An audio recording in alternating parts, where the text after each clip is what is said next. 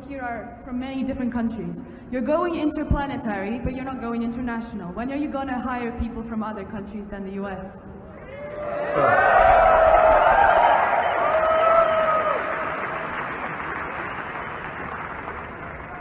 Yeah, so I think people are a bit confused about this. Unfortunately, this is not up to us. So the U.S. government regulations, well, they make getting a job in the U.S. hard as it is, just getting a job visa hard as it is. But if you're working on rocket technology, that's considered an advanced weapons technology. So even a normal work visa isn't sufficient unless you get a special permission from the Secretary of Defense or the Secretary of State. So I want to be clear, this is not out of some desire of SpaceX to just hire people with green cards. It's because we're not allowed to do anything else. And I think this is not a wise thing this is not a wise policy for the U.S. because there's so many talented people all around the world that we would love to have work at our company, but unless they can somehow get a green card, we can't. We're legally prevented from hiring anyone. But for example, this is not the case at Tesla. At Tesla, we're about a quarter of our engineering team is from outside the U.S. and maybe even 30% because we don't have the ITAR restriction. So I really wish we could do more. It's just our hands are tied.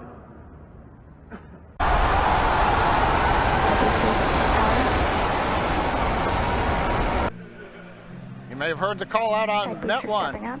Vehicle is supersonic. Side boosters are throttling back up on power as we're through the period of maximum dynamic.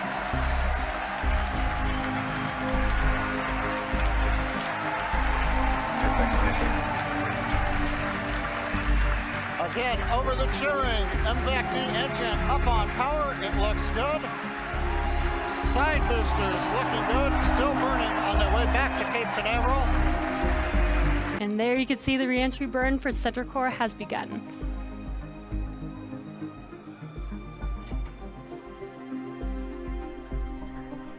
Coming up in about 5 seconds here, the side boosters landing burn will begin as well.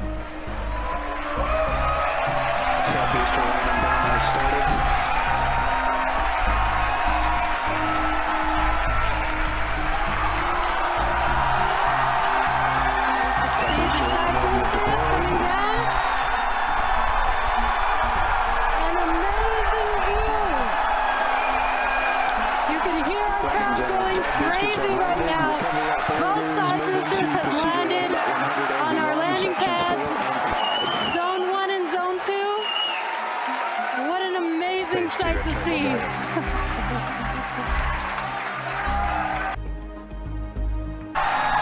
can hear our crowd going wild. 3 for 3 boosters today on Falcon Heavy. What an amazing. Tank pressure looks good. The turbine temps look good. You may have seen just before ignition the large white fluffy pieces moving away. That is solid oxygen. The stuff you breathe, it's so cold that it's solid, but it is not very dense, it's very fluffy, and it is actually attached to one of the liquid oxygen overboard drain lines that we use, so coming off is normal. Now this burn is about an 85-second burn. In that time, we'll add 2,800 meters per second to our velocity. That's more than the side boosters provided early in flight, almost as much as what the center core gave us. We've throttled down the engine to keep accelerations below the limit for our Arabsat customer. Everything continues to look good.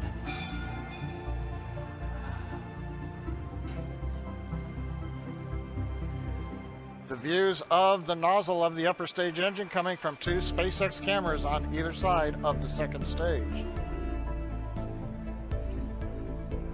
Continuing to throttle down, and we have shut down. And back shut down. Stage right in the desired orbit, and now we're waiting for separation. SpaceX spacecraft separation confirmed.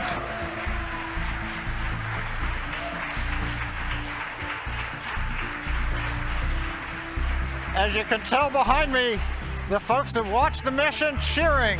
Arabsat 6A headed away into the desired orbit, doing its mission in space. That puts a